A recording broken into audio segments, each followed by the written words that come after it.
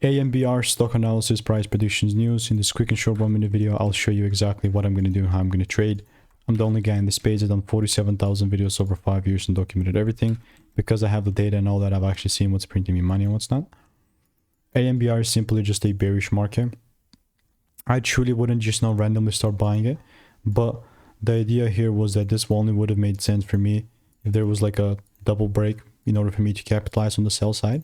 But you truly see that I had this red line pointing towards the downside, right? I mean, it's ultimately still nothing but a bearish market for me. So another bearish line will follow. And I'm not going to be bullish unless I see a proper candle above 431 or something. So that's how AMBR is looking like. If you want to stay tuned, want to get free money making emails and insights, click the first link in the description. And I will continue to keep you updated, okay? Bye-bye and enjoy. Cheers.